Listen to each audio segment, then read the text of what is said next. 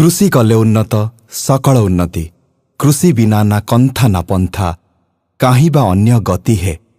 एहाकु कहिथिले ओडिशार सुनाम धन्य प्रसिद्ध कवि स्वभाव कवि गंगाधर मेहर। गत प्राय 2 दशंधि धरी नवीन सरकार एही सत्य को उपलब्धि करि पारिछंती एवं कृषक को अग्राधिकार देई आसिछंती। सेतेबेलर चाउल नियंटिया स्थिति बाहरी ओडिशा आज साधारण बंटन व्यवस्थार तृतीय बृहत्तम योगदानकारी राज्य। उल्लेखनीय भावे 5टी कृषि कर्मण पुरस्कार अर्जन, कृषि संबंधित आय 2 गुणित, 80 लाख परिवार दारिद्र्यरु मुक्त। आज कृषक जीवन रे परिवर्तन आनिबा सह ओडिशा को रूपांतरित करिबा पई महत्वाकांक्षी योजनार अयमारंभ करिसंती नवीन सरकार। कालिया कृषक assistance for livelihood and income augmentation.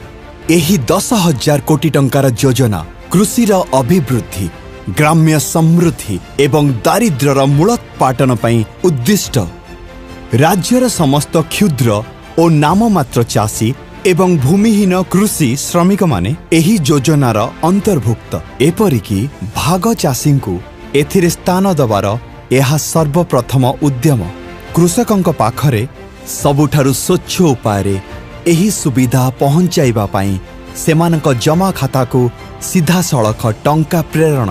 सबुठारु महत्वपूर्ण कथा हैला कालिया होची एक दीर्घकालीन आयवर्धक कार्यक्रम जहाँ मान्यवर मुख्यमंत्री श्री नवीन पट्टनायक आम गाँ आम विकास कार्यक्रम माध्यम कृषक मानक सहित प्रत्यक्ष परामर्शर फलस्वरूप कृषक मानक जीवन को परिवर्तन करिबा पाई कालिया योजनार 5टी प्रमुख दिग हैला।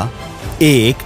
सर्वमोट 25,000 टंका 5टी किस्ती रे प्रति फसल ऋतु पूर्वरु समस्त क्षुद्र आउ नाममात्र चाषी को मिलिबो। 2. भूमिहीन कृषि श्रमिक मानकु छेली कुकुड़ा बतक पालन, मत्स्यजीवी को माछ धरा उपकरण क्रय, छतु चाष, महु चाष इत्यादि निमंते 12,500 टंकार आर्थिक सहायता प्रदान। 3. ग्राम पंचायत द्वारा असमर्थ भावे चिन्हित विशेषकरी अनुसूचित जाति और जनजाति परिवार वर्गों को वार्षिक 10,000 टंकार आर्थिक सहायता प्रदान। 4. समस्त चाषी और भूमिहीन श्रमिक मानकु 2 लाख टंका मूल्यर जीवन बीमा एवं 2 लाख टंका मूल्यर व्यक्तिगत दुर्घटना बीमा सुविधा। 5.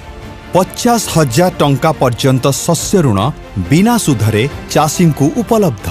कालिया योजना जे कोनसी साधारण कृषि सहायता कार्य ठारू अनेक ऊर्ध्वरे एवं ग्रामीण अर्थव्यवस्थार विकास को त्वरान्वित करिबा पाई नवीन सरकार एक व्यापक योजना।